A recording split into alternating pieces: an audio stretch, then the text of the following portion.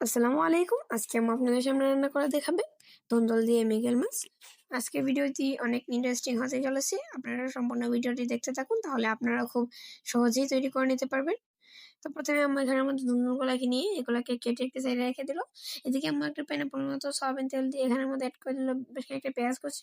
তো পেঁয়াজ কুচি যখন ব্রাউন কালার হয়ে এসেছে, তো এখানে আম্মা অ্যাড করে দিল লবণ, হলুদের গুঁড়া, মরিচের গুঁড়া, ধনিয়ার গুঁড়া। এগুলো দেওয়ার পর পরিমাণ মতো পানি দিয়ে মশলাটাকে ভালোভাবে কষিয়ে নিচ্ছে। মশলাটি যখন কষে আসবে, এরপর যে এখানের মধ্যে আমরা অ্যাড করে দিল আগে তো একেবারে ধুয়ে রাখা কাঁঠালের বিচি। তো কাঁঠালের বিচি দিয়ে ভালো করে মশলাটির সাথে কষিয়ে নিচ্ছি। মশলাটি কষে আসলে এরপর যে আমরা ঢাকনা দিয়ে দিলে, এরপর যে ঢাকনা দেওয়ার পর দেখতে পাচ্ছি মশলাটি ভালোভাবে কষে এসেছে। এরপর যে এখানের মধ্যে আমার আগে কেটে রাখা ধুন্দুলগুলো অ্যাড করে দিল। ধুন্দুলগুলো দিয়ে ভালো করে এখানে মিশিয়ে এখানের মধ্যে কয়েক ফালি টমেটো অ্যাড করে দিল। তারপর নাড়াচাড়া দিয়ে ঢাকনা দিয়ে দিল।